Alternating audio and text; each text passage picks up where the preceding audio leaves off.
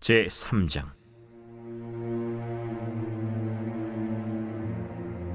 아이 사무엘이 엘리 앞에서 여호와를 섬길 때에는 여호와의 말씀이 희귀하여 이상이 흔히 보이지 않았더라.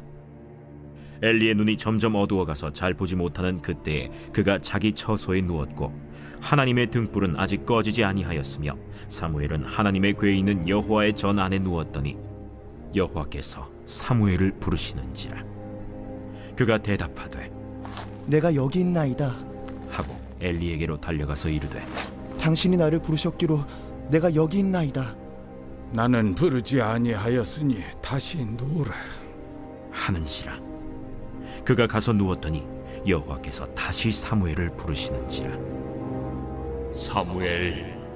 사무엘이 일어나 엘리에게로 가서 이르되 당신이 나를 부르셨기로 내가 여기 있나이다.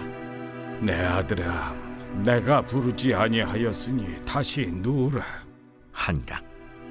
사무엘이 아직 여호와를 알지 못하고 여호와의 말씀도 아직 그에게 나타나지 아니한때라 여호와께서 세 번째 사무엘을 부르시는지라.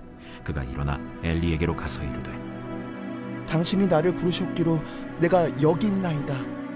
하니 엘리가 여호와께서 이 아이를 부르신 줄을 깨닫고 엘리가 사무엘에게 이르되 가서 누웠다가 그가 너를 부르시거든 네가 말하기를 여호와여 말씀하옵소서 주의 종이 듣겠나이다 하라.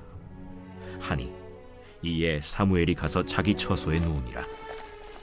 여호와께서 임하여 서서 전과 같이 사무엘아, 사무엘아. 말씀하옵소서 주의 종이 듣겠나이다. 하니 여호와께서 사무엘에게 이르시되 보라, 내가 이스라엘 중에 한 일을 행하리니 그것을 듣는 자마다 두 귀가 울리리라. 내가 엘리의 집에 대하여 말한 것을 처음부터 끝까지 그날에 그에게 다 이루리라. 내가 그의 집을 영원토록 심판하겠다고 그에게 말한 것은 그가 아는 죄악 때문이니 이는 그가 자기의 아들들이 저주를 자청하되 금하지 아니하였음이니라. 그러므로 내가 엘리의 집에 대하여 맹세하기를 엘리 집의 죄악은 제물로나 예물로나 영원히 속잠을 받지 못하리라 하였노라. 하셨더라. 사무엘이 아침까지 누웠다가 여호와의 집의 문을 열었으나 그 이상을 엘리에게 알게 하기를 두려워하더니 엘리가 사무엘을 불러 이르되 내 아들 사무엘아, 내가 여기 있나이다. 내게 무엇을 말씀하셨느냐? 청하노니 내게 숨기지 말라. 내게 말씀하신 모든 것을 하나라도 숨기면 하나님이 내게 벌을 내리시고 또 내리시기를 원하노라. 사무엘이 그것을 그에게 자세히 말하고 조금도 숨기지 아니하니 이는 여호와이시니 선하신 대로 하실 것이니라. 하니라. 사무엘이 자라매 여호와께서 그와 함께 계셔서 그의 말이 하나도 땅에 떨어지지 않게 하시니 단에서부터 브엘세바까지의 온 이스라엘이 사무엘은 여호와의 선지자로 세우심을 입은 줄을 알았더라. 여호와께서 실로에서 다시 나타나시되 여호와께서 실로에서 여호와의 말씀으로 사무엘에게 자기를 나타내시니라.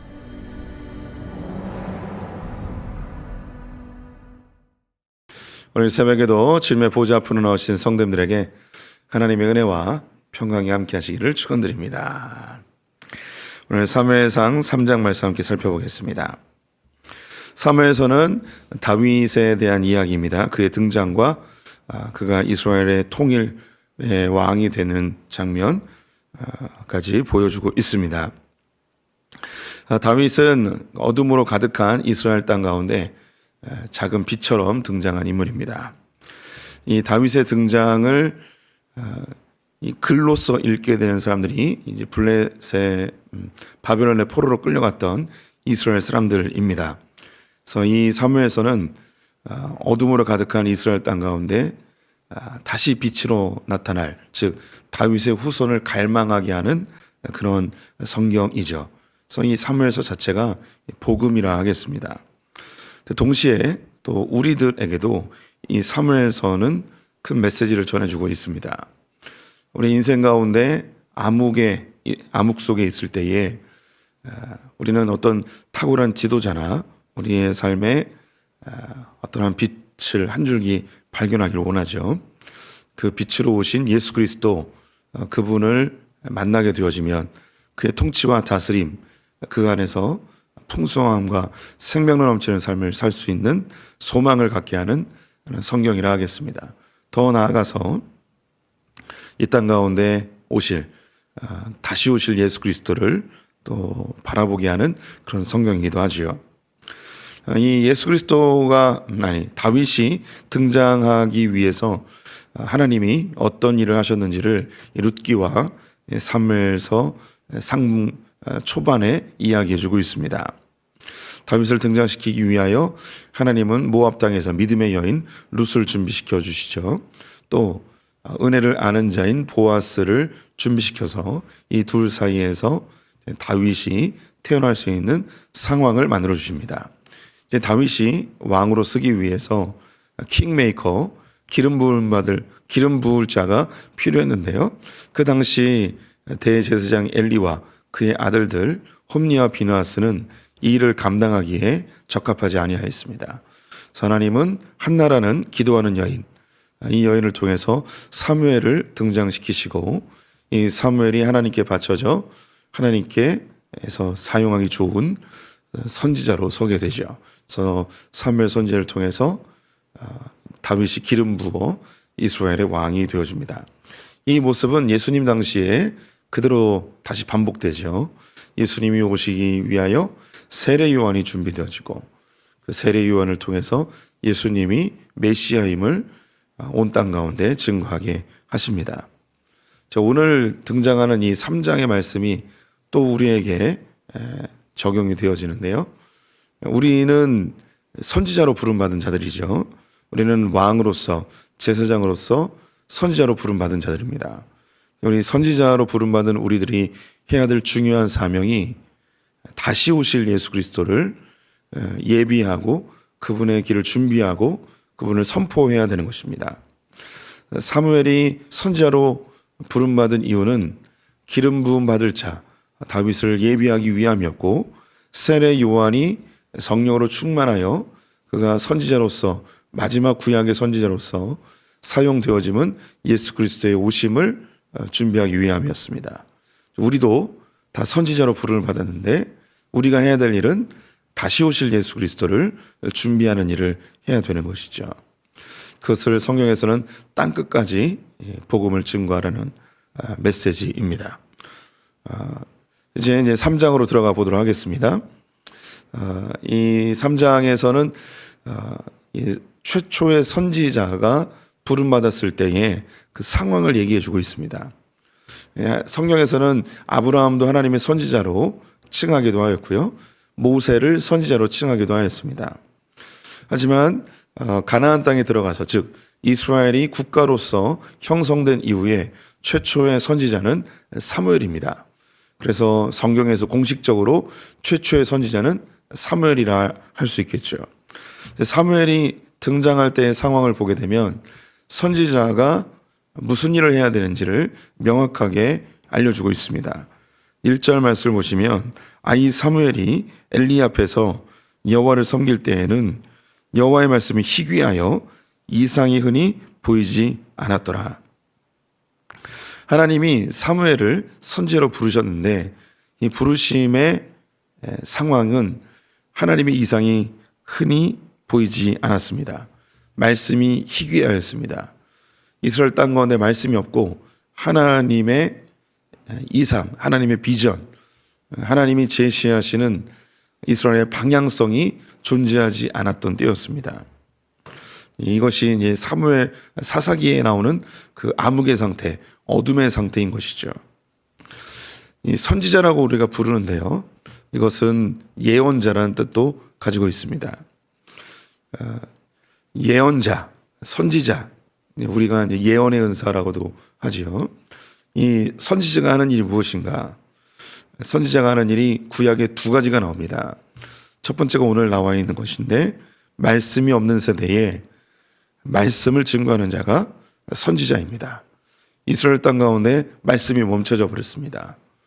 하나님의 말씀이 이스라엘의 등불이 돼서 이스라엘을 인도해 가야 되는데 이 말씀이 없는 거죠. 그래서 하나님께서는 선지자들을 불러서 하나님의 말씀을 증거하게 하십니다.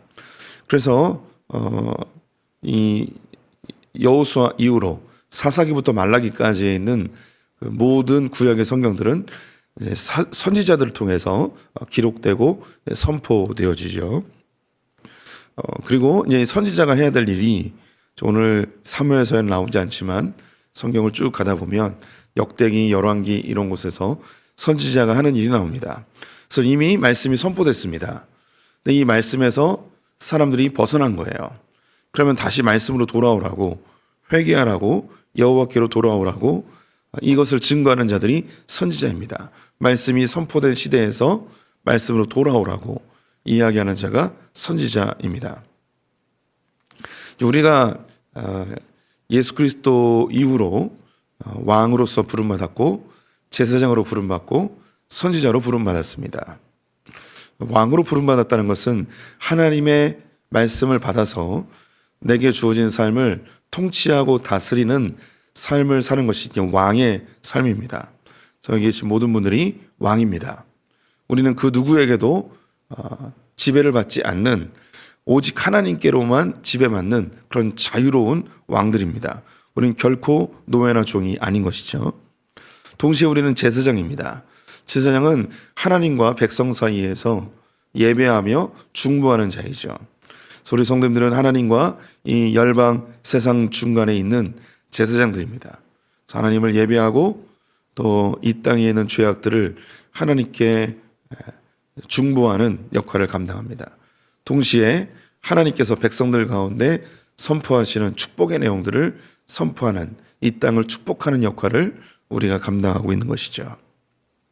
동시에 우리는 선지자입니다. 선지자는 말씀이 없는 세대에 말씀을 선포하는 거죠. 복음이 없는 땅 가운데 복음을 증거하는 것이 바로 선지자의 역할입니다.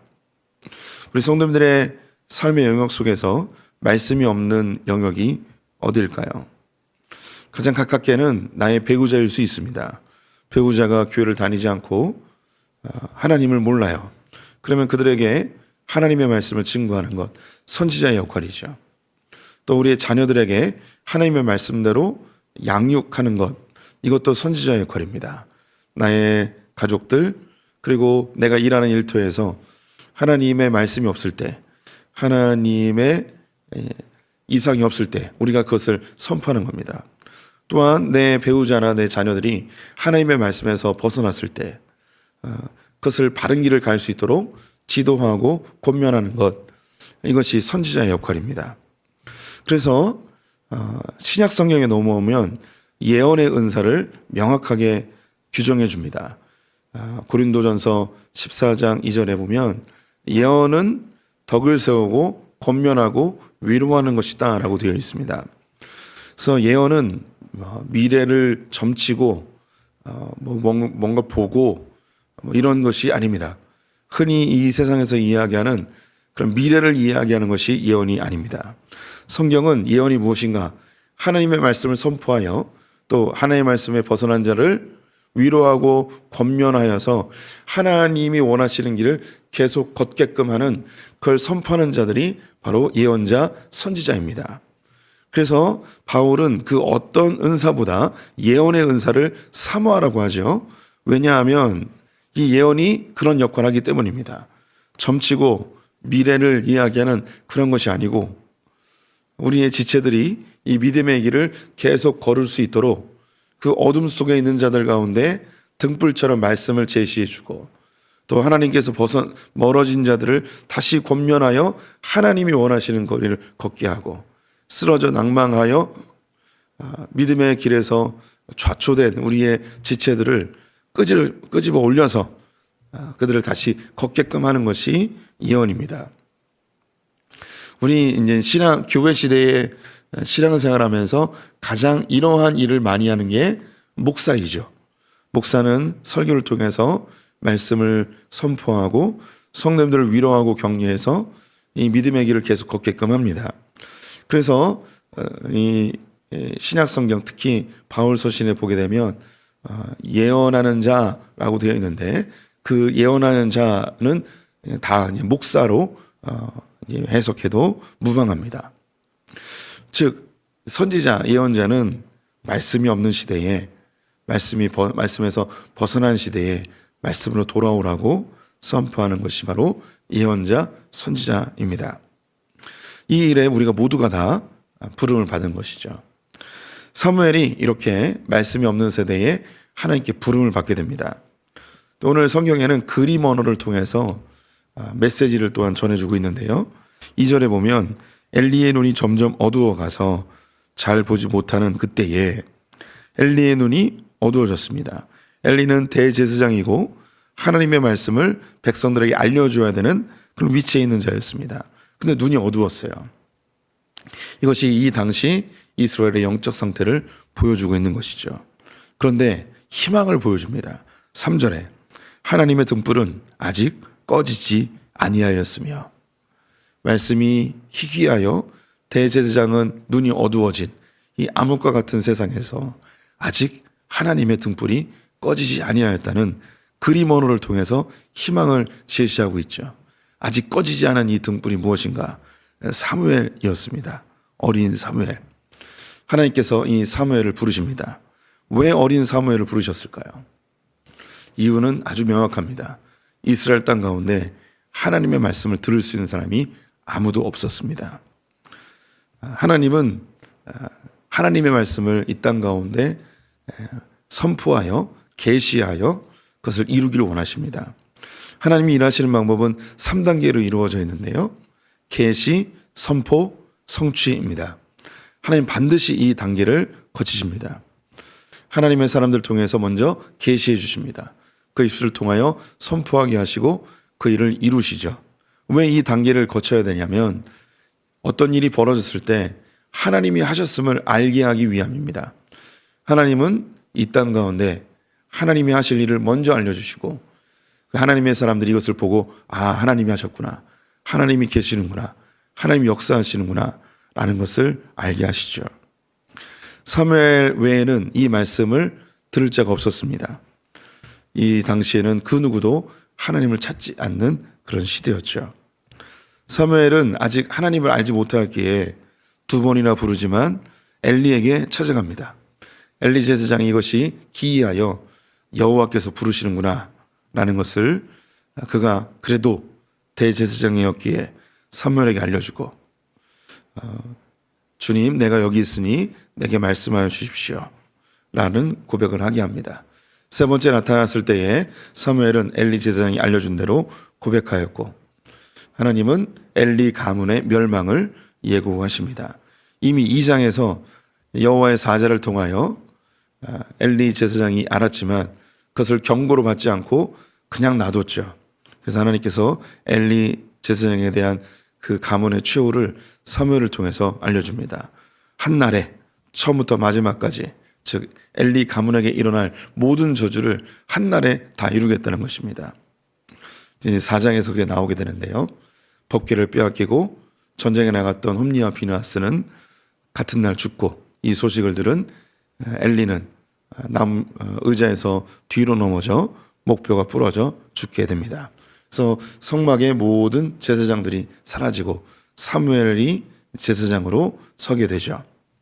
그래서 그 이후에 시간의 순서를 좀 뒤바꿔서 사무엘이 어떻게 되는지 보여주죠. 19절에 사무엘이 자라매 여호와께서 그와 함께 계셔서 그의 말이 하나도 땅에 떨어지지 않게 하시니 단에서부터 부엘세바까지 온 이스라엘이 사무엘은 여호와의 선지자로 세우심을 입은 줄을 알았더라.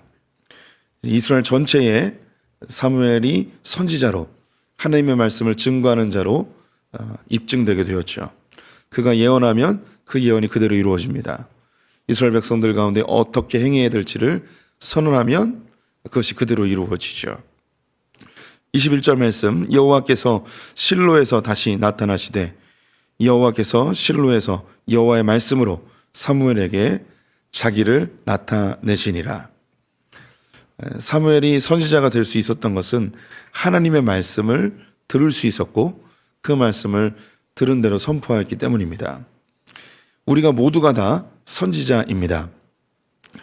하나님이 사무엘을 선지자로 준비하신 이유는 이 사무엘을 통해서 다윗에게 기름 부으기 위해서였습니다.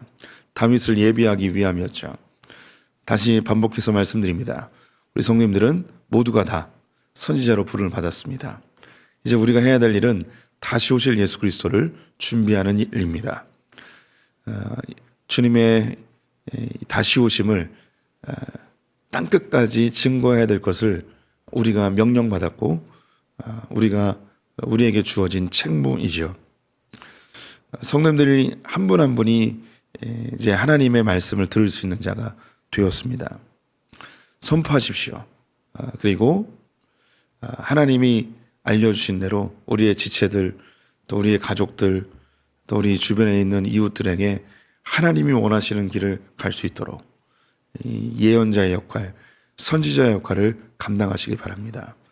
그래서 예수님이 다시 오실 때 우리 아빠 엄마가 했던 이야기가 맞았구나, 우리 친구가 얘기한 게 이게 맞았구나 하면서 다 함께 다시 오실 예수님을 기쁨으로 맞이해야 될 것입니다. 우리는 선지자로 부름받았습니다. 우리가 선포하지 않으면 이 세상은 더욱 어둠으로 치닫게 되어 있습니다. 교회가 이 땅의 유일한 소망입니다. 이 일을 같이 감당하기를 주님의 이름으로 축원드립니다. 기도하겠습니다. 말씀이 희귀한 시대에 암흑 속에 소망 없이 살아가는 이스라엘 가운데 사무엘을 부르셔서 말씀을 선포하고 말씀이 성취되는 것을 보게 하신 주님, 지금 우리 시대도 하나님의 말씀이 간절히 필요합니다. 온 세상이 어둠으로 가득합니다. 특별히 이 땅이 그러합니다. 주님, 하나님의 백성들이 주의 말씀대로 행하고 주의 말씀을 선포하게 하여 주시옵소서. 삶으로 선포하고 언어로 선포하여 이 땅에 아직 하나님의 등불이 꺼지지 아니하였음을 보여주시옵소서. 주님 오실 때까지 주님 다시 오심을 증거하는 복음 증거의 사명 잘 감당하는 소품교회와 성도들 되게 하여 주시옵소서. 오늘 하루를 주님께 의탁하며 예수님의 이름으로 기도드렸습니다. 아멘.